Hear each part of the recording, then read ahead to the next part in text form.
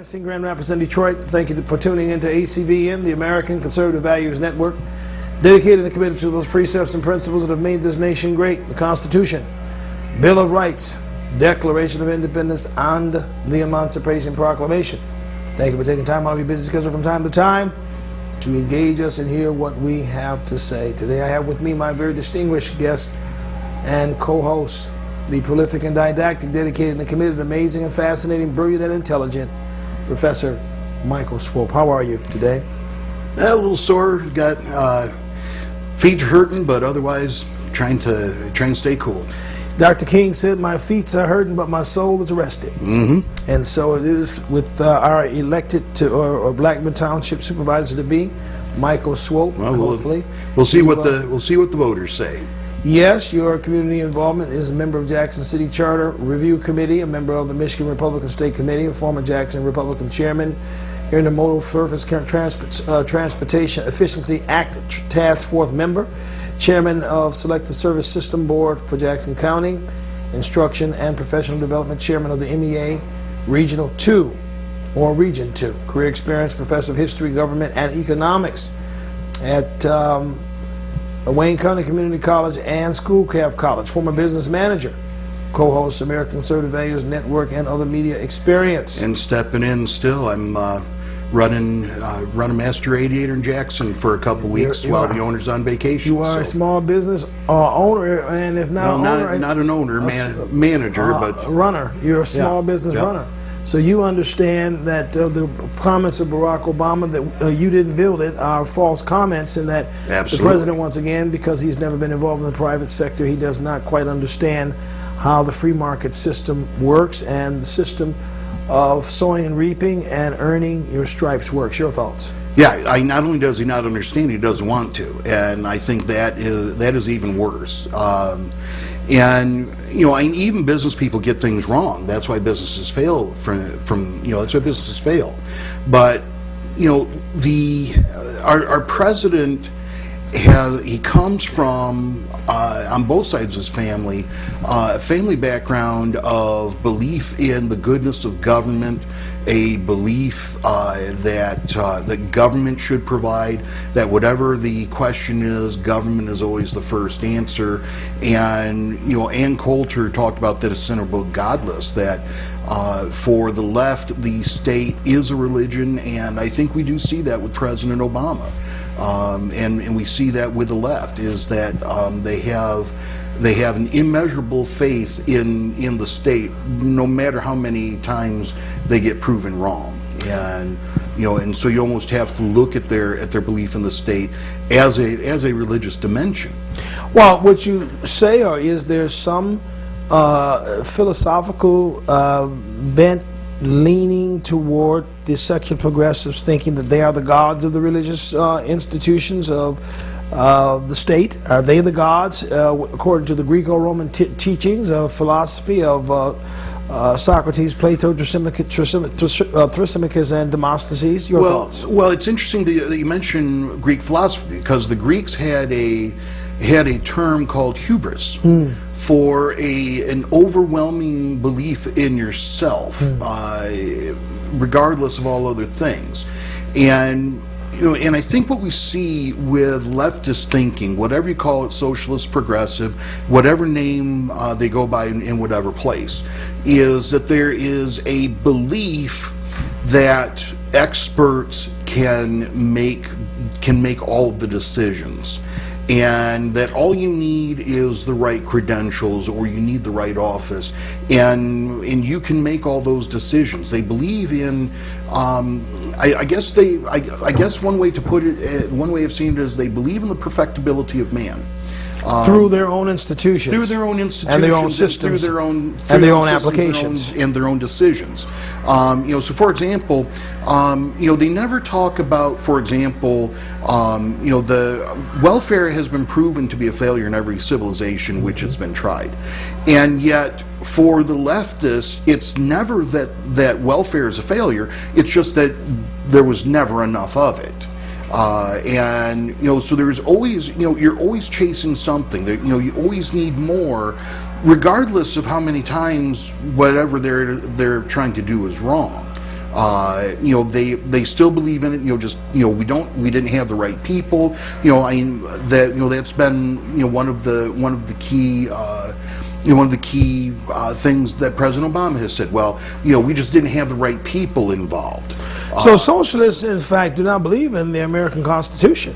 No, they By don't. any stretch of the imagination. They believe in the socialist dogma and the socialist dogma and the socialist communist manifesto. Well, as I said on the show before, socialism and now the American Democratic Party, the American left, embrace the principles and the ideals of the French Revolution, which is actually the opposite of the American Revolution. They're, you know, the American Revolution and French Revolution are antipodes in they're the antithesis of each other in so many ways. And So you know, they're antithetical. they're antithetical, and, and you know, so modern socialism is a derivative of French revolutionary thought. But remember what happened in the French Revolution. The French Revolution not only tried to get rid of the old French government, get rid of the old monarchy, but they also eliminated the religion. They also eliminated Roman Catholicism. Matter of fact, they outlawed all religion except for their own, and eventually, you know, that ended up with the Reign of Terror, where the Jacobins, you know, tried to create a brand new religion, you know, the religion of man, that was centered on them, on themselves, and had as its, you know, as a central tenet the perfectibility of man through reason as they understood it. Known as secular humanism, what you call it. Yeah, you know, that's the ultimate form of secular humanism.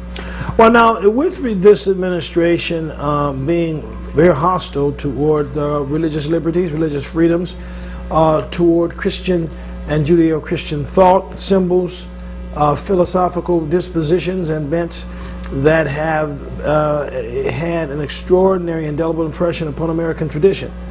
It seems that Obama has declared war against the Christian culture in American society, eliminating the Christian chaplain from the Air Force, the Marines, the Army, and the Navy, eliminating or forcing chaplains to perform gay marriages in the military.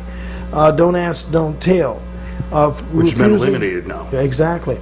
Don't ask, don't tell being eliminated, and opening the door for gays in the military, supporting gay marriage, and simply calling for more spending for welfare programs and more spending for when we look at Q3, which QE3, which is quantitative easing number 3 under the Federal Reserve, and our current Federal Reserve Chairperson Bernanke. It looks as though they will be peeling off money from the QE3 apparatus and probably funneling it to their socialist initiatives to continue to build the socialist machine. How say you? And part of that is, I mean, this is part of the, you know, this part of the leftist system is to purchase votes through government spending, whether it be in direct welfare or whether it be through government spending in programs.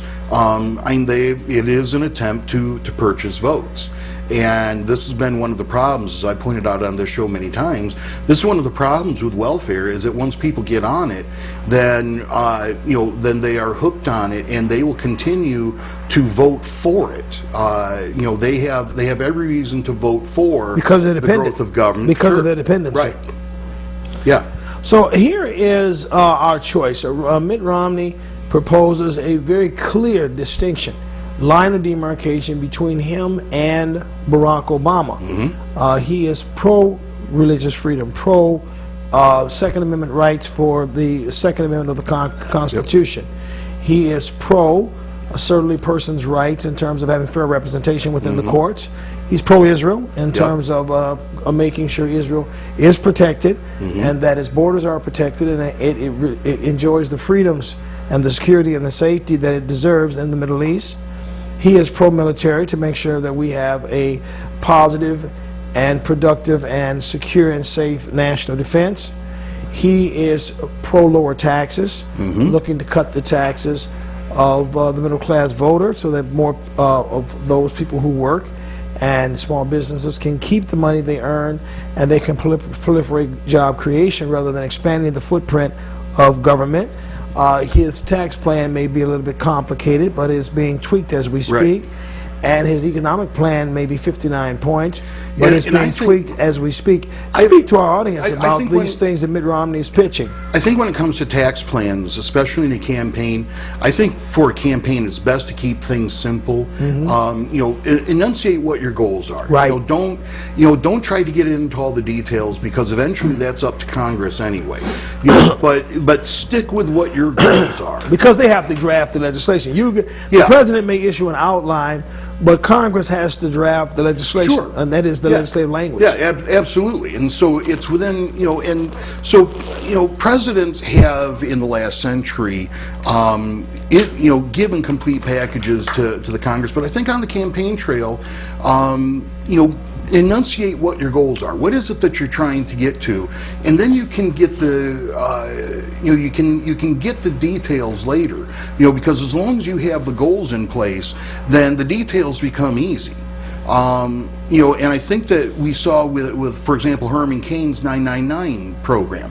I think we saw an example there of where he got bogged down in the details too much, and the goals got lost, and it cost him quite a bit. So Among other things. Among other things, yeah. So, I think that... Well, let's talk about Mitt Romney's agenda with regard to issues that are going to have a bearing on this election. We understand that President Obama is doing everything he can to buy votes. We understand he believes in the expansion of the footprint of government. Mm-hmm. The government is the panacea or the cure-all to all the ills of society. Government is what doesn't matter what the question is, government is always the answer. It's the panacea, the cure-all. Yep. But we do also know that Romney is pro-family, that he is not going to proliferate the gay marriage agenda, that leftist liberal agenda, nor is he going to push for exported abortion on demand. Much of the money that's being sent overseas, 50 million plus, to subsidize offshore abortions in other countries. Well, and offshore jobs too. Look at all the tens of millions of dollars that the Obama administration has given in foreign aid, which sponsors jobs in other countries. Exactly, and then had the audacity to try to place such a blame at the feet of Mitt Romney when Bain Capital is behind almost every successful municipality and city in the continental United States. Well, and also, you can look at failures at Bain Capital, and that's few and far between, if you will. Right, few and far, and that's why Mitt Romney has been, has been personally successful, is because those companies have turned around, and you do have to make some tough decisions when that happens, and sometimes, industries just, sometimes industries change, and you cannot keep the level of jobs that you had before. And let me give you a very good example from my own personal experience. When we started the show, we were talking about what I've done, and one of the things that I've done in the past, I put myself through college working in garages, and one of those garages was Master Radiator in Jackson, Michigan, which, by the way, is a great place to take a leak, folks. And so I started working there in March of 1985, and when I started working there, radiators in cars were copper cores with metal tanks. So if you wanted to repair a radiator, is easy to do because copper is easy to work with. So Master Radiator made the bulk of its business by repairing or recoring radiators. So let's say that you had a leak in your radiator, you would take it to a garage. The garage would call Master Radiator. We'd come get the radiator. We would fix the hole in the link. We'd either plug it, or if the radiator was too bad, we would take those tanks off. We'd put a new we'd put those tanks on a new copper core. We'd solder those tanks on the core, get it all set, make sure it wasn't leaking, and then take it back to the garage so they could get you back on the road.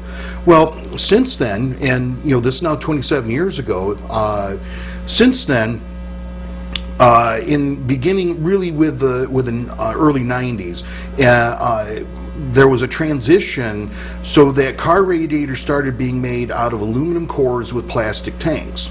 Well, plastic you can't repair, and the way that the aluminum tanks are made, you need special crimping tools to put those tanks on. It's not economical for a small business like Master Radiator to keep all that equipment and to keep that inventory of tanks. Plus, aluminum is not very easy to repair. It takes very specialized equipment.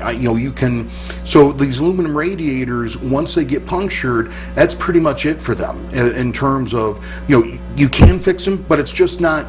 It's not something you can do that's feasibly economically. So today, radiators are remove and replace, and you do not need to have, for example, one of the reasons why I was hired there was to tear down radiators and drive the truck. So I got hired there to go get the radiators from garages, bring them back. Then we'd have one man do the repair, or if they need to be recored, I would heat the solder up, break the solder off, clean the tanks up, give the tanks to the man on the other side to recore, and then I would paint the radiators when he was done and take them back to the garage, and I would handle the counter and the phone calls. Well, you don't need that many people anymore. There's just not enough business at it.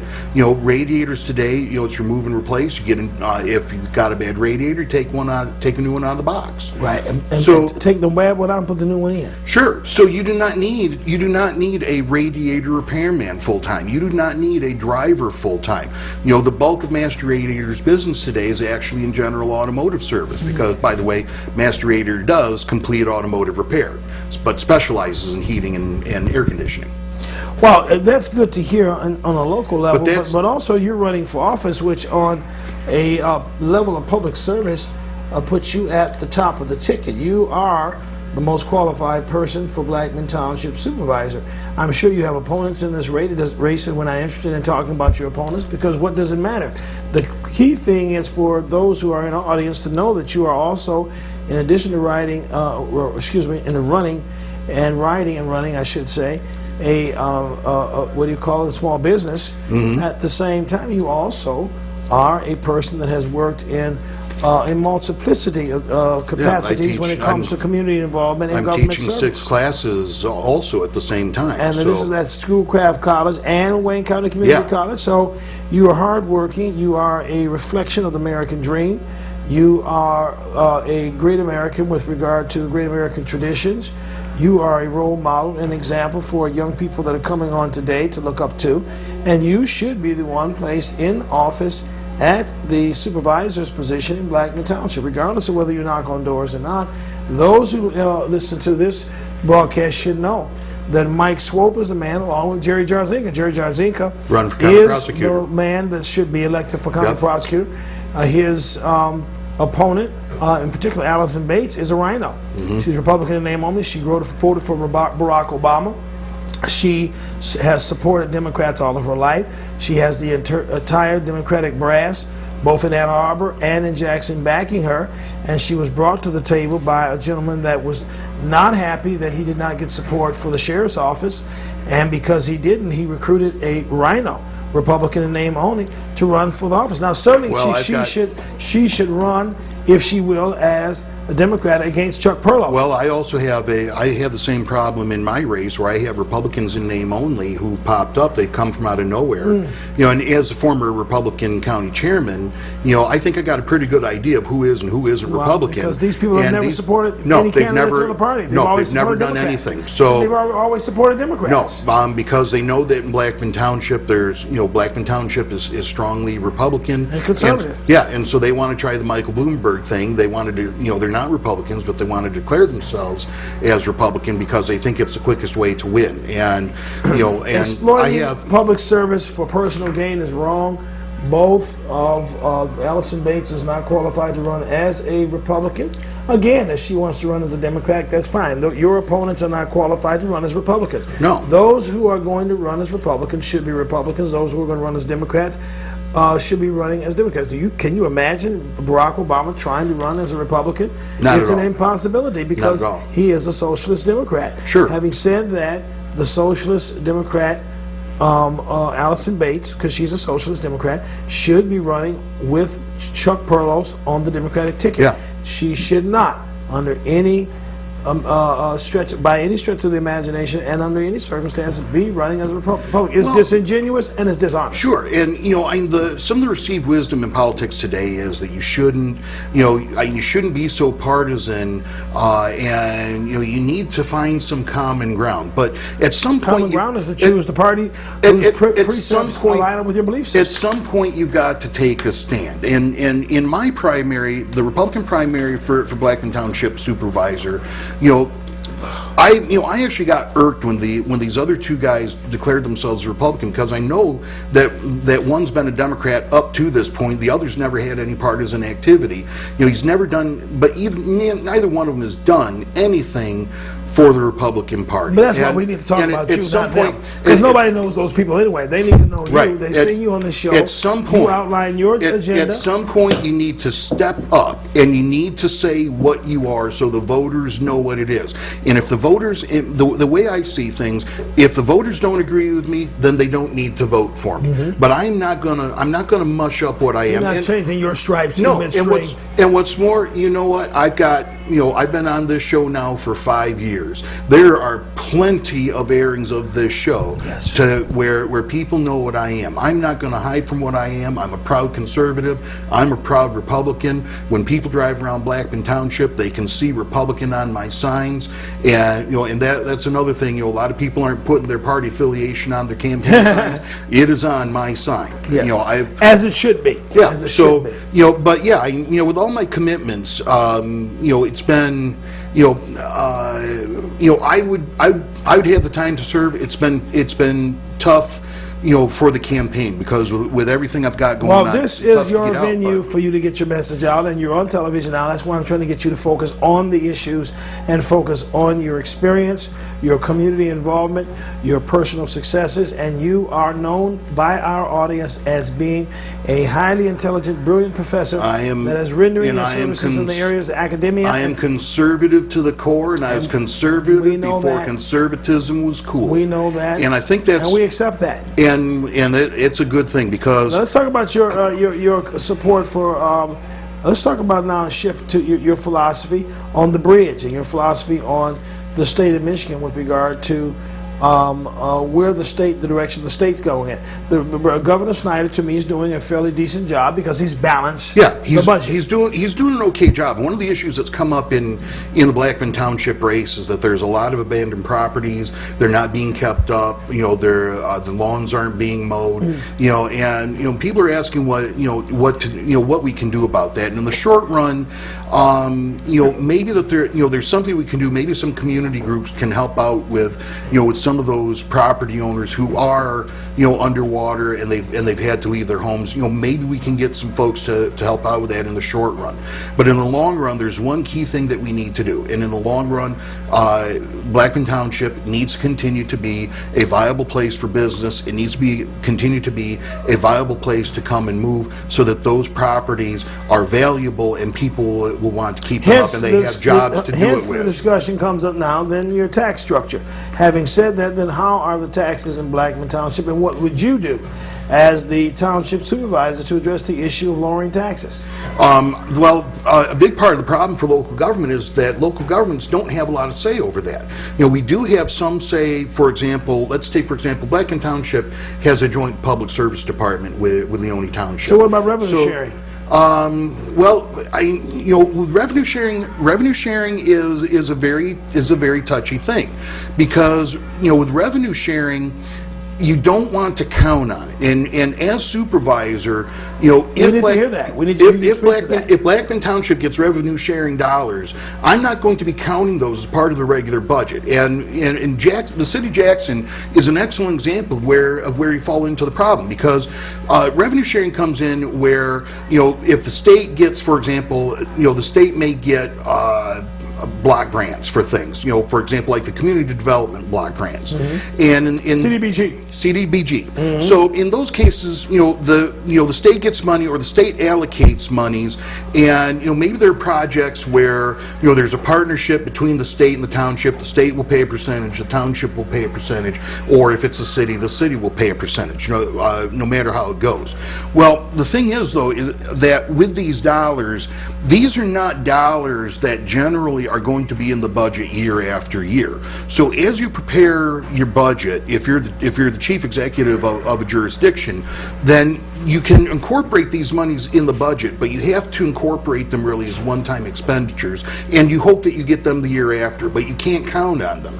And this was the problem in the city of Jackson, was that the city of Jackson started incorporating these revenue sharing dollars in their budget as though they were going to come every year, when in fact these were, ancillary dollars. They're ancillary dollars. So you couldn't count on those things, and yet the Jackson City budget incorporated those things as though they were going to be there year So after when the year. money did not show up, then of course they were in a deficit. Oh, they were in a big pickle, and in Blackman Township, I'm definitely not going to do that. I'm not going to be counting on dollars coming in that I don't know are going to be there. If we get those monies, that's great. But it doesn't mean we need to spend them either. When you adopt a budget, that is not a mandate to spend. It's only what you are allocating to spend. And that's another thing as township supervising, in being prudent with the taxpayers' dollars, is just because we allocate it doesn't mean it needs to get spent. If there's no good reason to spend it, then we're not going to spend it. And the other thing too is that balance it. Yes, and there was one thing that I promoted was when I was on the city council or the city charter review committee. It was presented to the city council, and the city council didn't do it, but it is something that I will want to do as Blackman Township supervisor, and that's to make sure that we have a rotating audit, so that at least every fourth year or fifth year that we have a different company doing the audit than what we normally do. And even though it's a little more expensive to do things that way, the purpose of an audit is to make sure that you're getting things right. You do not want to be comfortable in an audit.